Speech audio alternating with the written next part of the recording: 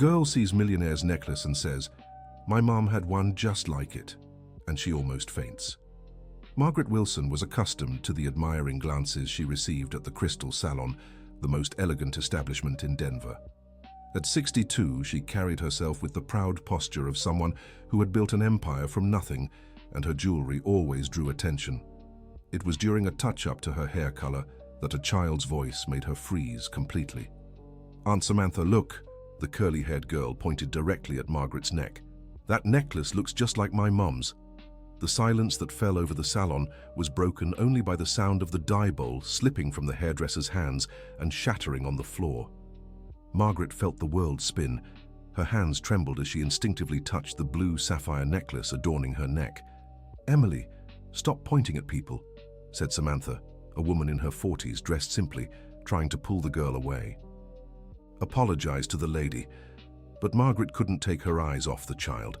Those brown eyes, the shape of her face, even the way she tilted her head, it was like looking at a ghost from the past. "Wait," Margaret whispered, her voice weaker than she intended. What do you mean, just like your mom's?" Samantha seemed uncomfortable with the question. "It's just her imagination, Mom. Kids always think they know everything, right? Let's go, Emily." "It's not imagination." The girl pulled free from her aunt's hand and stepped closer to Margaret. "My mom had a necklace with those pretty blue stones. She always said it was special, that there was only one like it in the whole world." Margaret's heart raced. The necklace she wore had been custom-made, a one-of-a-kind piece crafted by an Italian jeweler. Only 2 people in the world knew that, her and... "Emily, enough!" Samantha held the girl more firmly.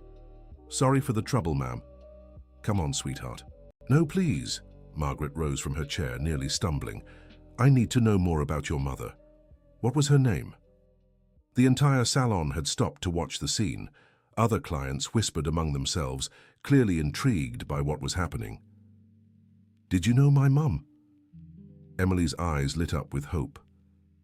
"Maybe..." Margaret crouched to meet the girl's height. "What was her name, dear?" "Melissa.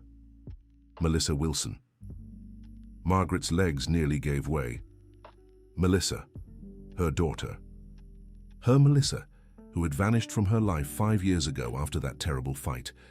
The daughter she had thrown out of the house when she discovered she was expecting a baby with a man she deemed unfit for the family. "I'm sorry, but we really have to go," Samantha cut in, noticing Margaret's distress. "Emily, let's go now." "Melissa Wilson?" Margaret repeated, tears welling in her eyes. Where is she now?" The innocent question made Emily lower her head. "My mom left when I was 3. Aunt Samantha said she had to go far away, but that she'd come back for me one day." Margaret looked at Samantha, searching for answers in the woman's eyes. But all she found was pain and fierce protectiveness. "Emily, you shouldn't talk about this with strangers," Samantha murmured. "But she's not a stranger. She knew my mom." The girl looked hopefully at Margaret. "Do you know when she's coming back?" The child's words stabbed Margaret's heart. Her granddaughter. This was her granddaughter, Melissa's child, the one she had rejected before even meeting.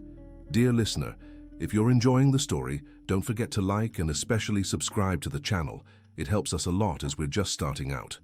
Now, continuing, Margaret tried to find the right words. "Do you have pictures of your mother?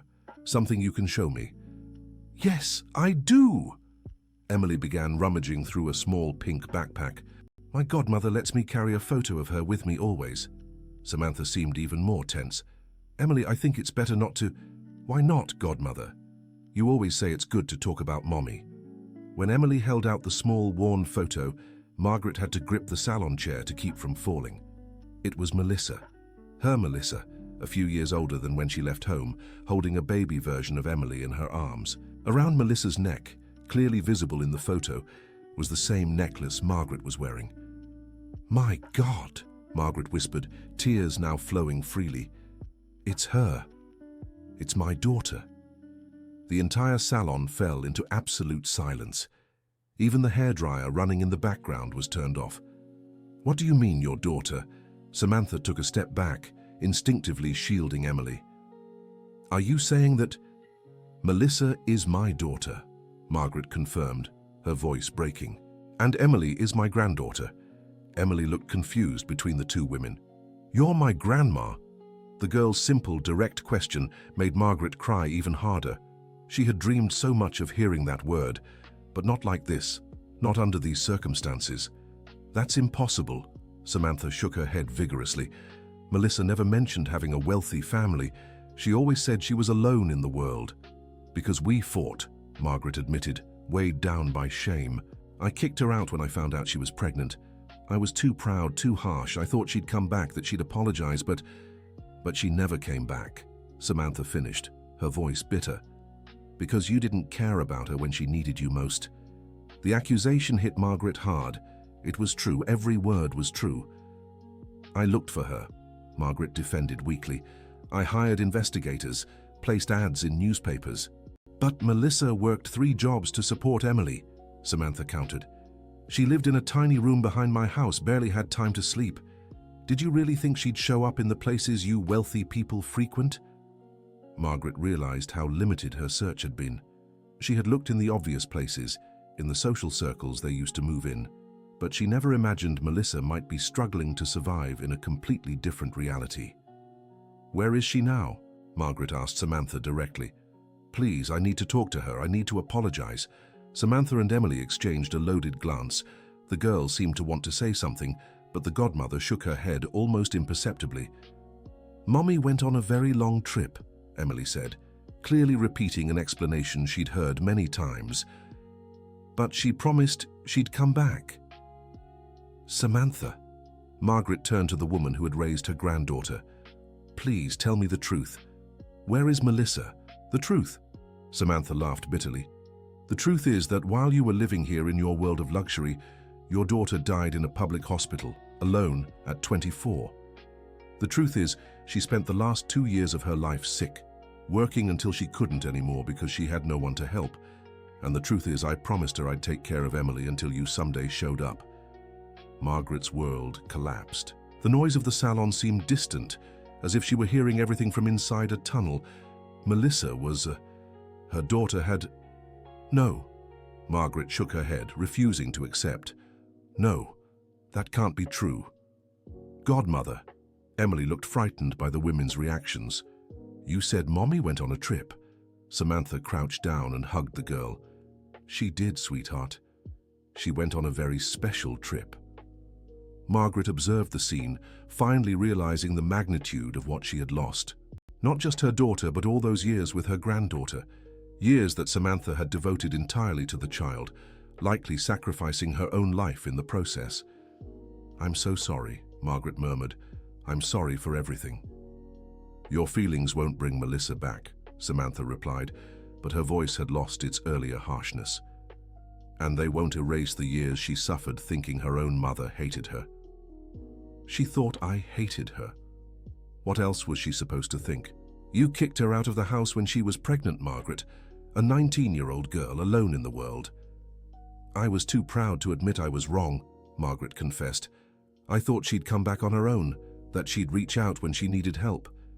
She tried, Samantha revealed, making Margaret look at her in surprise. In the last few months she tried calling you several times, but they always said you didn't want to talk to her. Margaret felt a fresh wave of shock. That's not true.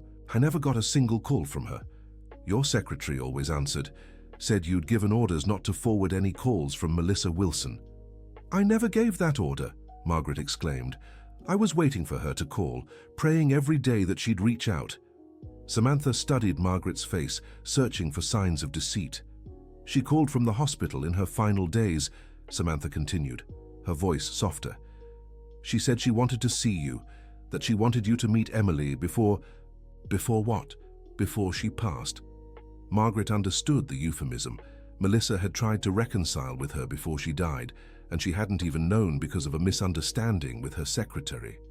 Grandma, why are you crying? Emily approached Margaret with genuine concern. The word grandma, spoken so naturally, made Margaret smile through her tears. I'm crying because I'm happy to meet you, my dear. But you're also sad about Mommy, right? The child's perception was striking. Margaret nodded. I'm very sad because I couldn't take care of your mother when she needed me. Godmother Samantha always took really good care of me, Emily said, looking affectionately at Samantha. She works so hard to buy my things and always says Mommy loved me very much. Margaret looked at Samantha with newfound respect. The woman had sacrificed her own life to care for a stranger's child, keeping Melissa's memory alive in a positive way for the little girl. Samantha, Margaret began carefully, I know nothing I say or do can make up for what happened, but I'd like to help. With Emily, with you, with everything. We don't need your pity, Samantha replied quickly. It's not pity, it's responsibility. Emily is my granddaughter and Melissa was my daughter. I should have been there for them. But you weren't. No, I wasn't. And that will haunt me for the rest of my life, Margaret admitted. But I'm here now, and I want to make a difference in Emily's life if you'll let me. Samantha seemed to consider Margaret's words. Emily can't know the truth about her mother yet. She's too young. I understand. I'll respect however you decide to tell her when the time comes. And I won't let you just show up and take my girl away. She's all I have. I don't want to take her away, Margaret said sincerely. I want to be part of her life, both of yours, if you'll let me. Emily had been listening to the conversation intently. Can I have a grandma and a godmother at the same time? The innocent question made both women smile for the first time. Of course you can, sweetheart, Samantha answered. Then I want to, Emily declared excitedly. But first I want to show Grandma more pictures of Mommy. Margaret looked questioningly at Samantha, who hesitated before nodding. We have more photos at home. If you'd like to come with us. The offer took Margaret by surprise. After everything that had happened, Samantha was willing to trust her enough to bring her into her home. I'd love to. The drive to Samantha's house was relatively quiet, with Emily chattering in the back seat of Margaret's car about school friends and favorite cartoons. Margaret absorbed every word, trying to make up for 5 lost years in just a few minutes. The house was in a simple but well-kept neighborhood. It was small, but Margaret could see from the details that Samantha had done everything to make it a welcoming home for Emily. Come on, Grandma, Emily tugged Margaret's hand as soon as they stepped inside. I'll show you my room and all the pictures of Mommy. Emily's room was small but full of life. Drawings taped to the walls, dolls neatly arranged on a shelf, books piled on a low table, and on a nightstand, several photos of Melissa at different moments in her life. Margaret approached the photos with reverence. Melissa holding baby Emily, Melissa smiling in a park, Melissa reading to Emily on the couch. In every one, her daughter looked happy. But now Margaret could see the exhaustion in her eyes, the signs of a daily struggle she hadn't noticed before. This one's my favorite. Emily pointed to a photo where Melissa held her in her lap, both making silly faces. Mommy always did this to cheer me up when I was sad. She sounds like she was a wonderful mother, Margaret said, her voice thick. She was. She always said I was the most precious treasure in her world. Emily's words echoed painfully in Margaret's heart. Melissa had been a devoted and loving mother, just as Margaret had tried to be when Melissa was little, but pride and social expectations had destroyed everything. Emily, Samantha appeared in the doorway. How about making a snack for our guest? Can I make sandwiches like you taught me? Of course. As Emily rushed to the kitchen, Samantha sat on the bed beside Margaret. She doesn't know her mother died, Samantha said quietly. The doctor said she was too young to understand, so I always tell her Melissa went on a trip. How did you manage to take care of her all these years alone? It wasn't easy, Samantha admitted. I work as a seamstress, take on extra jobs on weekends. Melissa paid me barely enough to watch Emily during the day, but when she passed, I couldn't send the girl to an orphanage. You saved my granddaughter, Margaret said with genuine gratitude. I don't know how to thank you. You don't have to. I love that girl as if she were my own. Dear listener, if you're enjoying the story, don't forget to like and especially subscribe to the channel. It helps us a lot as we're just starting out. Now, back to the story. And she clearly loves you too, Margaret observed. May I ask how Melissa got sick? Samantha took a deep breath before answering. It started with extreme fatigue. She thought it was from overworking. By the time she finally saw a doctor, It was already advanced. Liver cancer. Margaret closed her eyes, imagining her daughter facing that alone. Did she suffer much?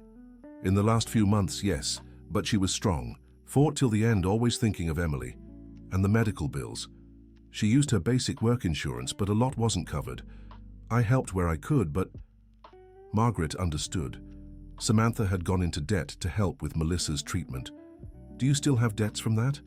Some, Samantha admitted reluctantly, but I'm paying them off little by little. I want to settle those debts, Margaret said immediately. You don't have to. I do. It's the least I can do.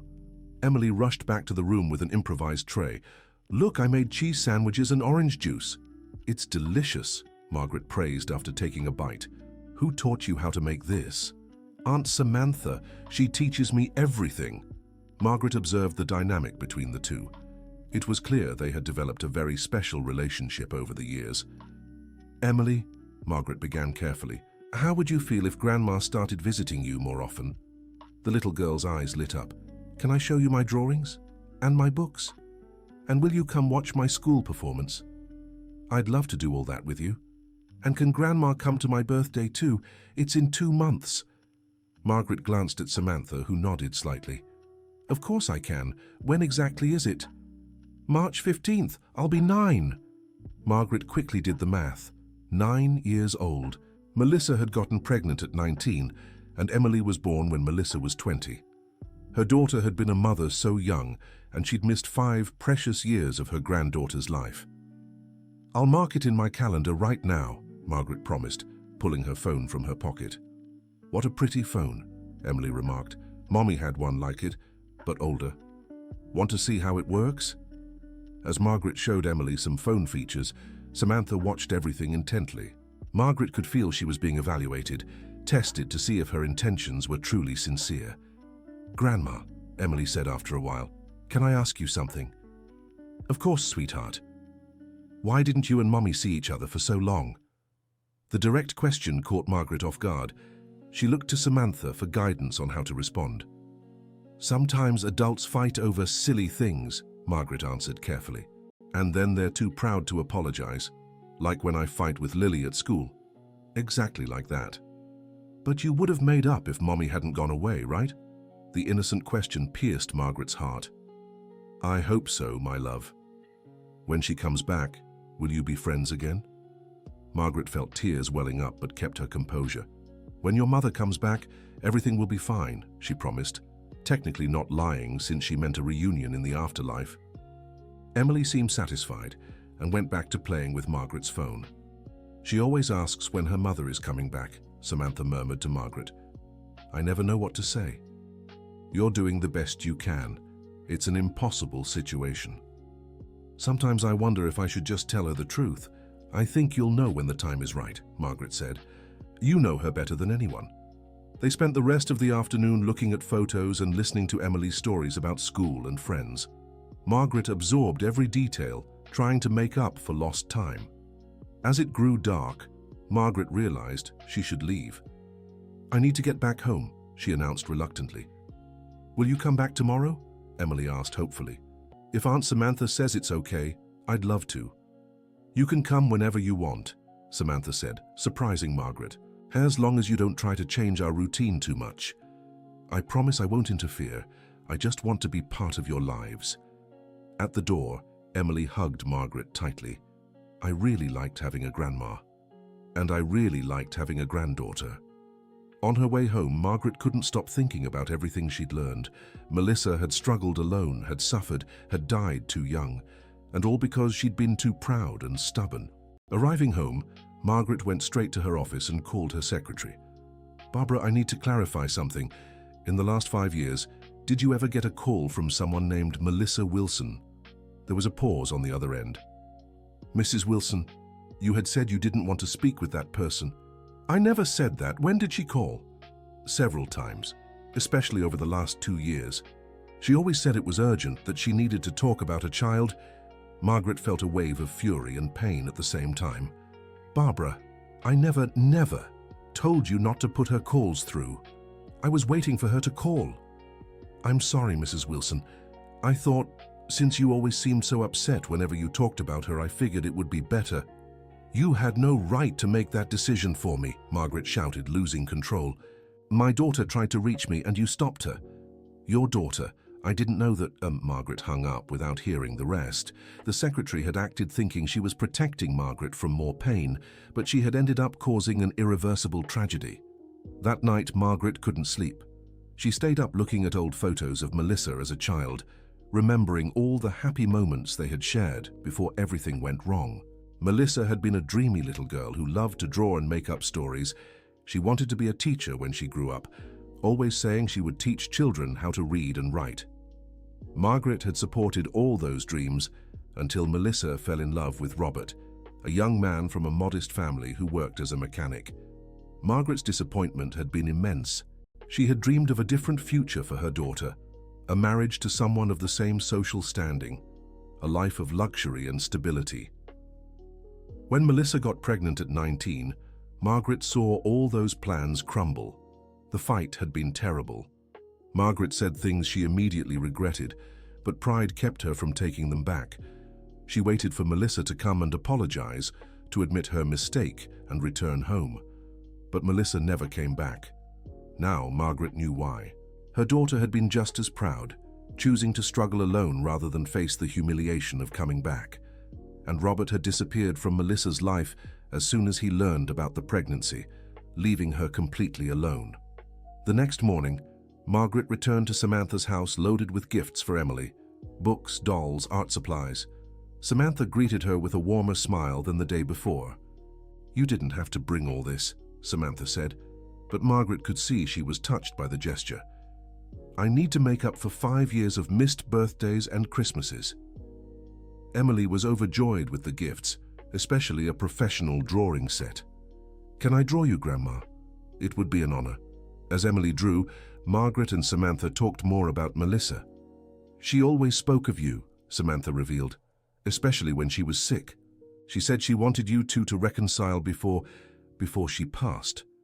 And I was here waiting for her to call, not knowing she had been trying. She even wrote you a letter in her final days." Margaret's heart raced. "A letter? Where is it?" "I kept it with the rest of her things. I thought Emily might want to see it someday." Can I read it?" Samantha hesitated. "It's very painful. She was very weak when she wrote it." "I need to read it. I need to know what she wanted to tell me." Samantha went to her room and returned with a shoebox. Inside, Margaret could see some of Melissa's clothes, more photos, and a few folded papers. "This is the letter," Samantha said, handing her a yellowed envelope. With trembling hands, Margaret opened the letter. Melissa's handwriting was nothing like she remembered, weaker, shakier. "Mom, I know you may never read this, but I need to write. I need you to know that I never stopped loving you, even after everything that happened between us. I know I disappointed you. I know my life turned out nothing like you dreamed for me. But I needed you to know that I was happy being Emily's mother. She is the most beautiful thing I've ever done in my life. I wish you could meet her. She has your eyes, Mom, and your stubbornness too.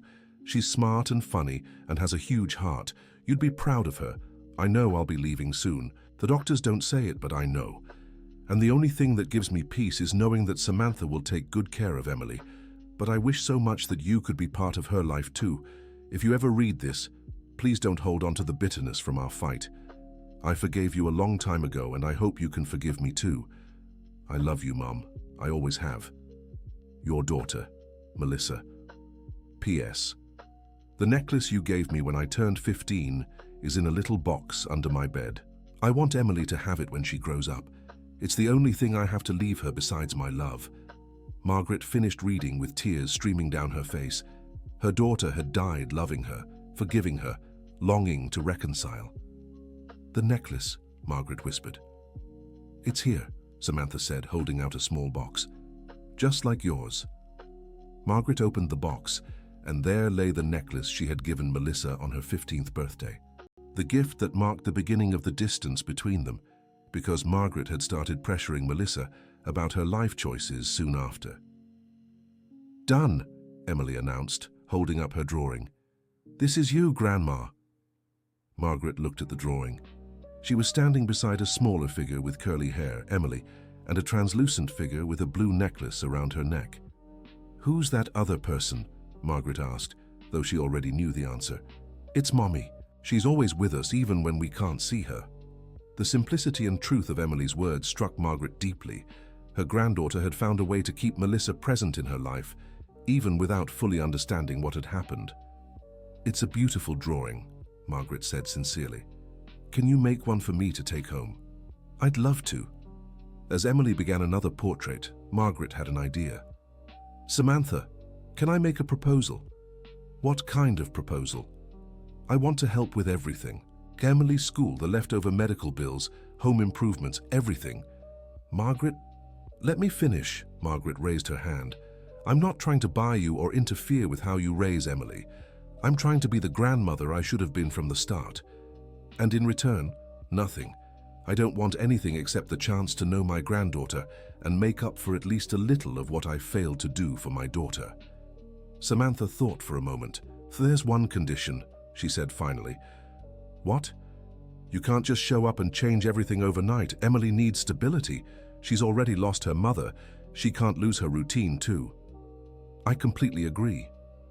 "And one more thing," Samantha continued. "When it's time to tell her the truth about Melissa, we decide together how to do it." "I agree to that too." Emily looked at the two women. "Are you talking about my birthday?" "We're talking about Grandma being part of our family now," Samantha explained. "Really?" Emily's eyes lit up with joy. "Like a real family?" "Like a real family," Margaret confirmed. In the days that followed, Margaret began establishing a new routine. She visited Samantha and Emily 3 times a week, always respecting their existing schedules. Some mornings, she took Emily to school. Other days, she picked her up. She helped with homework. Quietly, Margaret also started helping financially. She paid off Samantha's medical debts, covered the cost of bathroom renovations, and enrolled Emily in the English school the girl had mentioned wanting to attend. "You don't need to do all this," Samantha said one afternoon as they watched Emily playing in the backyard. "I do. It's my way of honoring Melissa.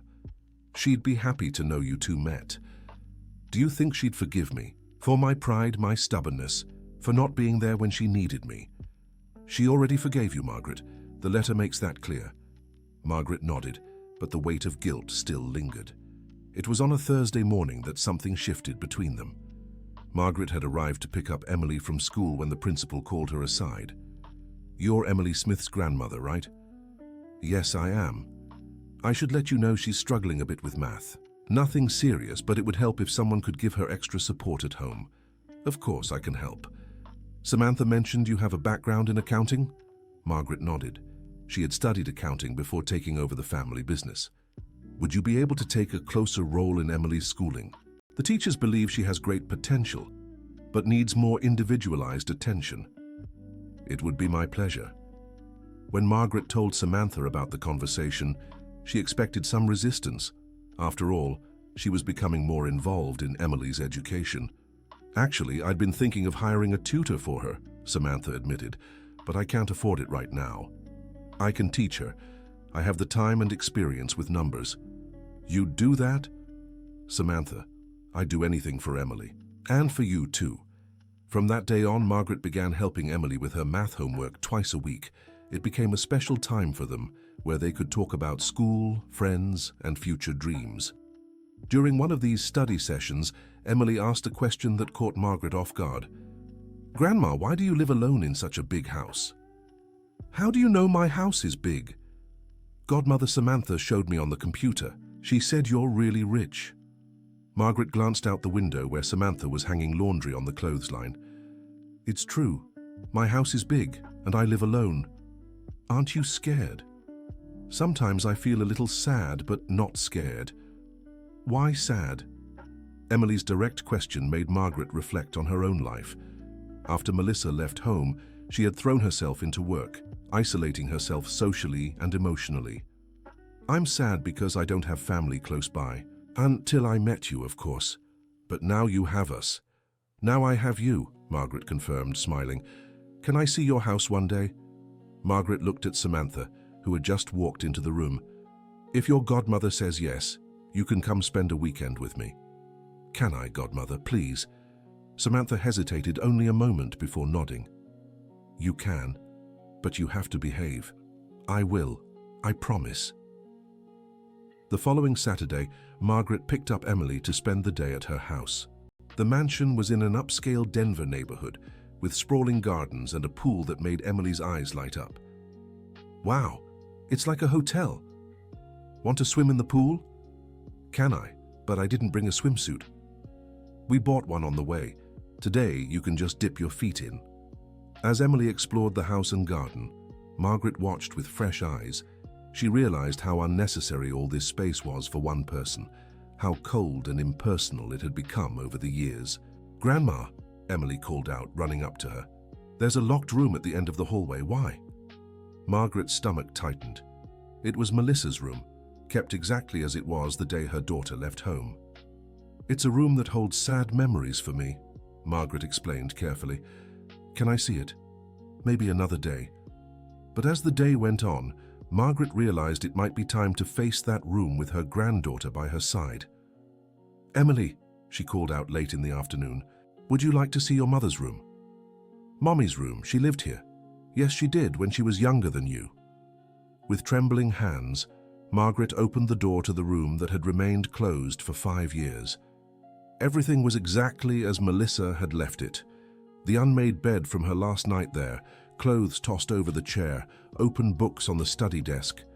Emily stepped inside with reverence, as if treading on sacred ground. She really lived here. From the day she was born until she was 19. Emily walked over to the study desk where several books on education lay. Did she want to be a teacher? Yes, she did. It was her dream since she was little. Just like me, I want to be a teacher too. The revelation made Margaret smile. Mother and daughter shared the same dream. Look! Emily had found a photo album on the bed. There are pictures of you here, Grandma. Margaret approached and saw photos of Melissa as a child, the two of them playing in the garden, celebrating birthdays, traveling to the beach. Happy times before everything went wrong. You both look so happy in these pictures, Emily observed. We were very happy, Margaret confirmed, her voice choked. Why did you stop? Emily's innocent question echoed through the silent room. How could she explain to an 8-year-old the complicated reasons that had destroyed a family? Sometimes adults disagree about important things, Margaret finally said, and sometimes it takes them too long to realize love is more important than any argument. But now you know love is more important? Now I know.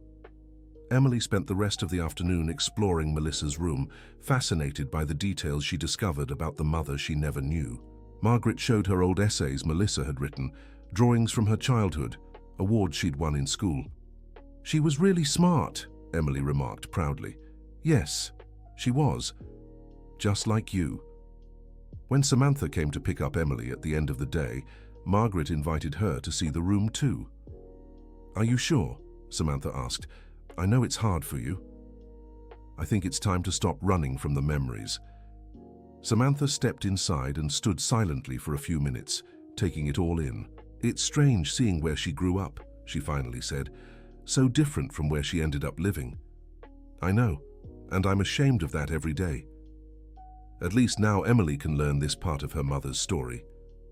Samantha, Margaret said after a moment, would you two like to move in here? The question caught Samantha off guard. What do you mean? This house is too big for me alone, and you're my family now. It would make sense for us to live together. Margaret, I don't know. You could keep working if you wanted or focus entirely on Emily. There'd be space for everyone, privacy when needed, and Emily would grow up in the same house her mother did. Samantha looked around the room, thoughtful. I need to think about it. Of course, no rush. But Margaret could see in Samantha's eyes that the idea appealed to her. The house they lived in now was small and had structural issues that hadn't been fixed due to lack of funds. Dear listener, if you're enjoying the story, don't forget to like and especially subscribe to the channel. It helps us a lot, as we're just starting out. Now continuing, 2 weeks later, Samantha gave her answer. I accept your offer, she said, but with a few conditions. What are they? I remain Emily's legal guardian. You can be the loving grandmother, but important decisions go through me. Agreed. And I want to keep working, at least part-time. I need to maintain my independence. I agree to that too. And when the time comes to tell Emily the truth about Melissa, we'll do it together when the moment feels right. Perfect. The change happened gradually. First, some clothes and personal items. Then the furniture from Emily's room. Finally, everything that represented the life they had built together in the small house. Emily adjusted quickly to the new home. She loved the pool, the spacious garden, and especially the fact that she could run down the halls without worrying about disturbing the neighbors. "Now you really look like a family," remarked Mrs. Catherine, Samantha's neighbor, when they came to pick up the last few things. "It's strange how life turns out," Samantha replied. "Who would have thought I'd end up living in a mansion? Melissa would be happy to know you're both well taken care of. I think she really would." The new routine brought positive changes for everyone. Emily had more space to play and study. Samantha discovered she enjoyed tending to the house's garden, and Margaret finally didn't feel so alone anymore. It was during breakfast on a Tuesday morning that Emily asked a question that changed everything. "Grandma, why do you have two identical pictures of Mom in your room?" Margaret nearly choked on her coffee. "What do you mean, two identical pictures?" "There's one on your nightstand and another in the drawer. I saw it when I was looking for a pencil that fell." Samantha looked at Margaret with concern. The girl had found the photos Margaret had kept of Melissa since childhood. "Oh, those pictures," Margaret said, trying to sound casual. "I've always kept old family photos. But this one looks exactly like the one Godmother has, Mom with the blue necklace." Margaret and Samantha exchanged glances. The child's innocent question was dangerously close to revealing the whole truth. "Emily," Samantha intervened, "why don't you go get ready for school?" "But I want to know—" "We'll talk later, sweetheart. Go get ready now." After Emily left the kitchen, Samantha turned to Margaret. "I think it's time we tell her the truth. Are you sure? She's still so young. She's asking more and more questions. And now that we live here, surrounded by memories of Melissa, it's getting harder to keep up the story about the trip." Margaret knew Samantha was right. Emily was a smart, observant child. Soon she'd start wondering why her mother never called, never sent letters, never gave any sign of life. "How do you think we should do it?" "Gradually. First explain that Melissa isn't traveling, that she's in a place where she can't come back. Then, when she's ready, explain what really happened. What if she gets upset with us for lying? We'll tell her we did it to protect her, that we thought she was too young to understand." That night, after Emily went to bed, Margaret and Samantha talked at length about how to approach the subject. "Maybe we can start by talking about people who leave and can't come back," Margaret suggested, without using the word death yet. "And we can emphasize that Melissa still loves her even from far away, and that we'll both keep taking care of her, always." The next day, they took advantage of a moment when Emily was drawing in the living room to start the conversation. "Emily," Samantha began carefully, "we need to talk about your mom." The girl looked up from her drawing, immediately attentive. "Is she back from her trip?" "No, sweetheart, and we need to explain that she won't be able to come back." Emily's face twisted in confusion. "Why not?"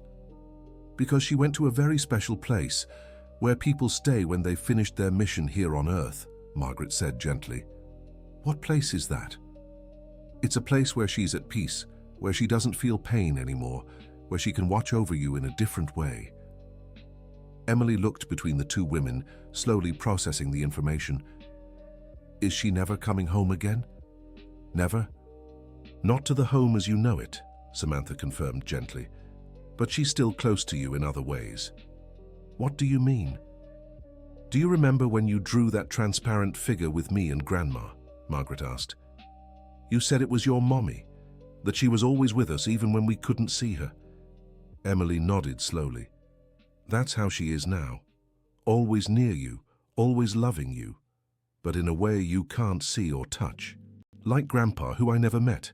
Emily asked, referring to Margaret's father, who had passed away before she was born. "Exactly like that," Margaret confirmed, relieved the child was making connections on her own. Emily stayed quiet for a few minutes, taking it all in. Is that why she never called? That's why, Samantha confirmed. And that's why you got sad when I asked when she was coming back. We were sad because we didn't know how to explain it to you, Margaret admitted. Did you lie to me? The direct question made both women feel guilty. Yes, we lied, Samantha admitted. But we lied because we love you and wanted to protect you. We thought you were too little to understand. And now I'm big enough? Now you're big enough, Margaret confirmed. Emily went back to her drawing, seemingly processing everything she'd heard. Can I ask something? She said after a while. Of course. Did Mommy know she was going to that special place before she left? The question was more complex than the others. Margaret and Samantha exchanged glances. She knew she wasn't feeling well, Samantha answered carefully. And she knew she might have to leave. That's why she asked me to take very good care of you. Wasn't she scared? She was sad to have to say goodbye to you. But she wasn't scared because she knew you'd be safe and loved. Emily nodded, seeming to accept the explanation. Can I tell the girls at school? Of course. And if anyone asks questions you don't know how to answer, just say you'll ask us at home. Okay. In the days that followed, Emily processed the information with surprising maturity. She still asked occasional questions, but seemed to have accepted the new reality. A week later, she surprised Margaret with a comment over breakfast. Grandma, now I get why you and Mommy used to fight. What do you mean? You're both stubborn. Auntie always says I'm as stubborn as Mommy. And you're stubborn too. I see it when you argue with the maid about how to arrange things. The observation made Margaret laugh despite the seriousness of the topic. You're right, we were both very stubborn. But if she was still here, would you have made up? We definitely would have. Then it's okay, Emily concluded simply, because she knows you loved each other. The child's wisdom left Margaret speechless. Somehow Emily had managed to forgive and understand a situation the adults had terribly complicated. 2 months later, Emily's birthday arrived. Margaret had planned a small but special party with her school friends and a few neighbors. The house was decorated with balloons and flowers, and Margaret hired a clown to entertain the kids. Samantha made a chocolate cake, Emily's favorite. This is the best party ever, Emily declared, beaming with happiness. Even without your mommy here? Margaret asked gently. She is here, Emily replied with conviction. I feel her here with me. During the party, Margaret watched Emily playing with her friends and realized how much the girl had grown in recent months. She seemed more confident, happier, more settled. She's okay, Samantha remarked, stepping closer to Margaret. She really is. You did an amazing job with her. We did, Samantha corrected. Over the past few months, we did it together. Margaret smiled, acknowledging the truth in Samantha's words. They had truly become a family. When it was time to open the presents, Emily found a special box that Margaret had carefully prepared. What's this? She asked, intrigued. Open it and see. Inside the box was Melissa's sapphire necklace, along with a letter Margaret had written. It's Mom's necklace, Emily exclaimed. Can I wear it? Of course you can, it's yours now. And what does it say here? It's a letter I wrote for you, explaining the story of the necklace and our family. Emily asked Margaret to read the letter aloud. My dear granddaughter, this necklace belonged to your mother since she was 15. I gave it to her during a time when we were very happy together. Later, when we fought, she took it with her, and it became the only link between us all those years. Your mother wore this necklace because she knew that, even far away, she was still my daughter, and I was still her mother. The love between us never ended, even when we couldn't show it. Now this necklace is yours to remind you that you are loved by many people, by me, by your godmother Samantha, and especially by your mother, who continues to watch over you from where she is. When you grow up and have your own daughter, you can pass this necklace on to her, continuing our tradition of love and family. With all my love, your Grandma Margaret. When Margaret finished reading, there were tears in the eyes of all the adults present.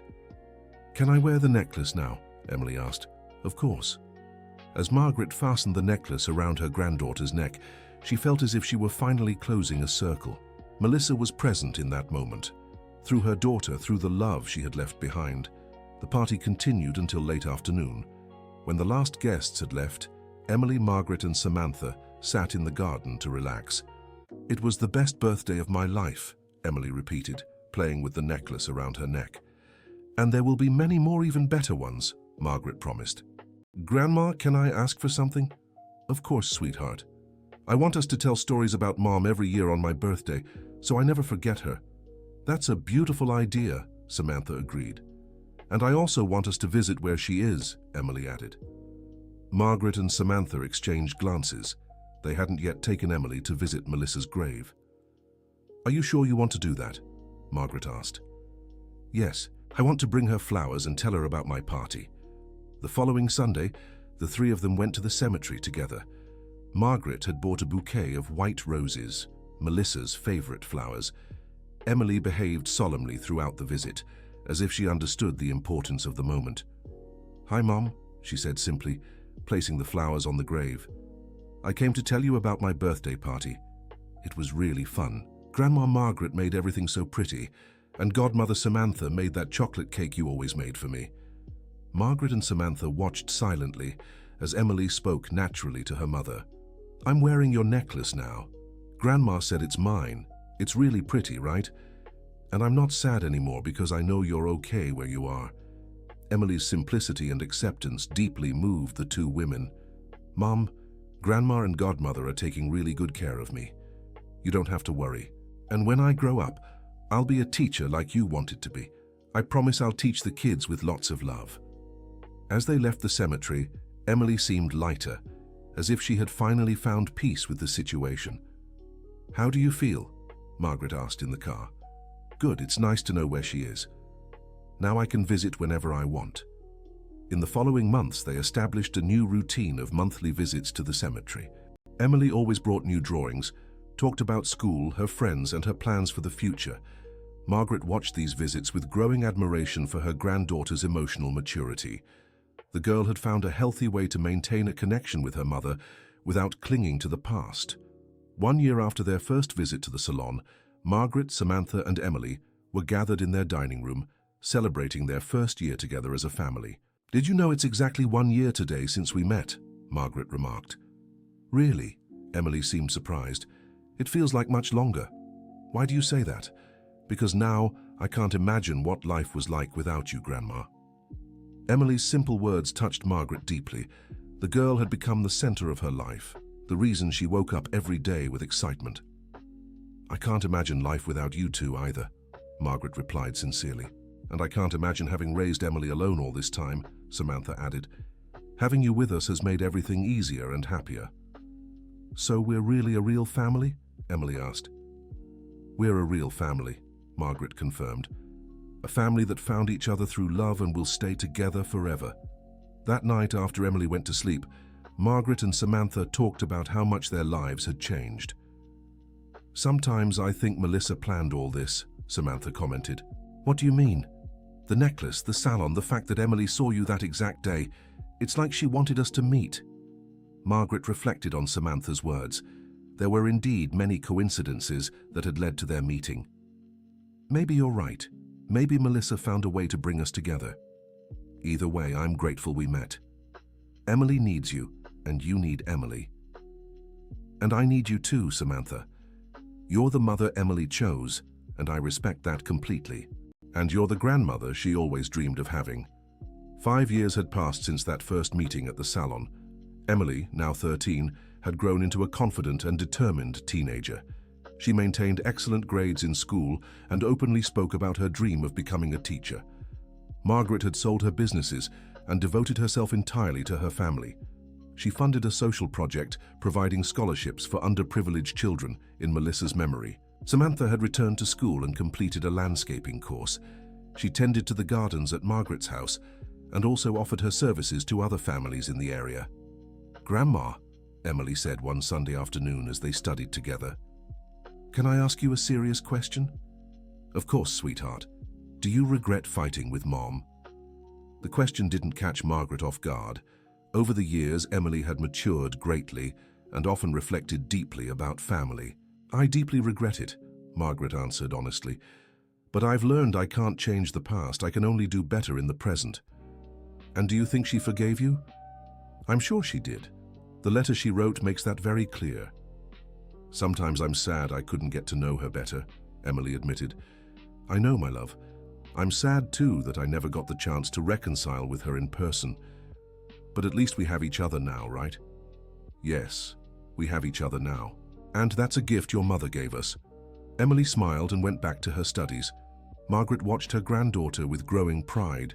The girl had grown up with wisdom and compassion, honoring her mother's memory in a positive way. On the eve of Emily's 14th birthday, Margaret and Samantha were planning a special surprise. Are you sure she's ready for this? Samantha asked, looking at the envelope in her hands. I think so. She's always asking about her father, and now that she's older, she deserves to know the truth. The envelope contained information about Robert, Emily's father. Margaret had hired a private investigator who had finally found him. Robert was now married, had other children, and lived in Chicago. What if he doesn't want to meet her? Then at least she'll know we tried. But I have hope he'll want to. After all, she's his daughter too. On the day of the birthday, after the party with her friends, Margaret and Samantha sat down with Emily for a serious conversation. Emily, we have a surprise for you, Margaret began. But it's the kind of surprise that might bring both joy and sadness. What kind of surprise? We found your father, Samantha revealed directly. Emily's eyes widened. My father? He's alive? Yes, he lives in Chicago, is married, and has other children. Does he know I exist? We learned he knew about your mother's pregnancy, but we don't know if he knows you were born and are doing well. Emily fell silent for a few minutes, processing the information. Have you talked to him? Not yet. We wanted to know first if you'd like us to reach out. What if he doesn't want to meet me? Then we'll still be your family, just like we've always been, Margaret assured her. You don't need him to be whole, Emily, you already are. But I want to try, Emily decided. I want to know what he's like, if I look like him, if he has any memories of my mother. Margaret called Robert the following week. The conversation was tense at first, but when Margaret told him about Emily, Robert grew visibly emotional. I always wondered what happened to Melissa and the baby, he admitted. I tried looking a few times but could never find them. Melissa died when Emily was 3, Margaret informed him. My granddaughter was raised by a family friend, and I only met her 5 years ago. I'm so sorry to hear about Melissa. She was a special person. Would you like to meet your daughter? Very much. Can I come to Denver next weekend? The meeting was set at a quiet restaurant.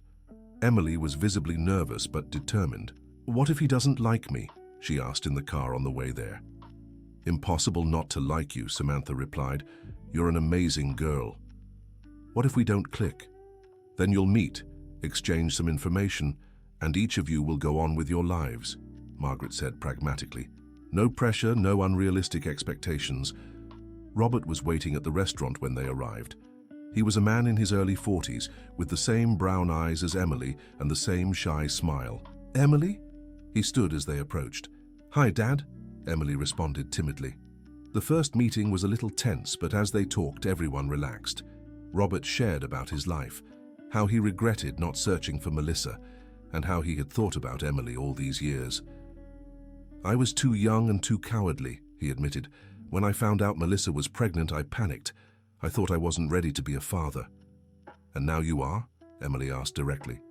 Now I understand no one is ever completely ready to be a father, but I also know running away was the worst decision I ever made. Do you want to be part of my life now?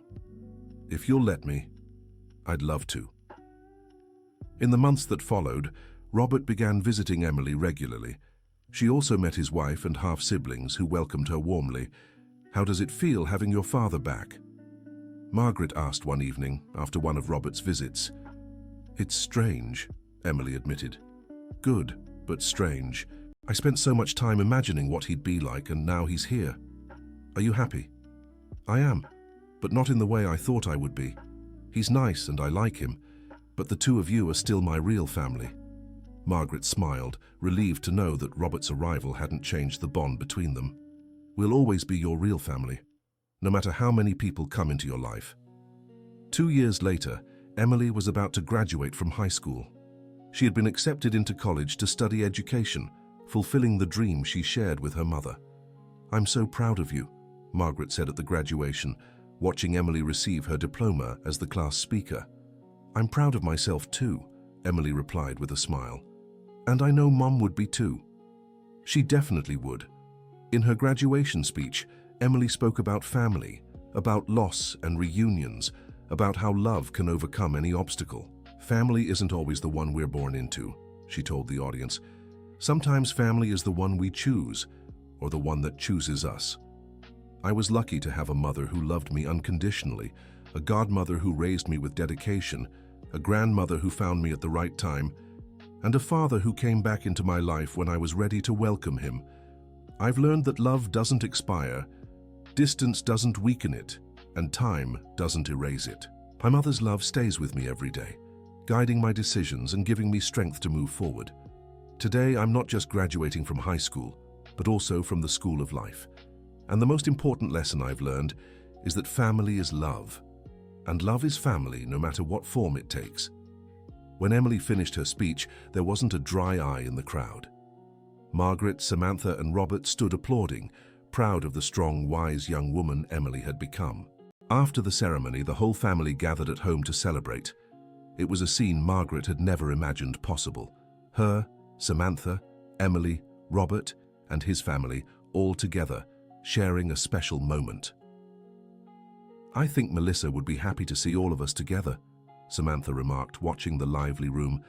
"I'm sure she would," Margaret agreed. She always wanted Emily to have a big, close family. "Mission accomplished then," Robert added, raising his glass in a toast. "To Melissa, who brought us together through her love." "To Melissa," everyone echoed in unison. End of story. Now tell us what you thought of this story and where you're watching from. If you have something to share with us, leave your honest thoughts in the comments. Do you think Margaret made the right decisions? We'd love to hear your opinion. Thank you so much for being here. Don't forget to like and, most importantly, subscribe to the channel so you don't miss other heartwarming stories.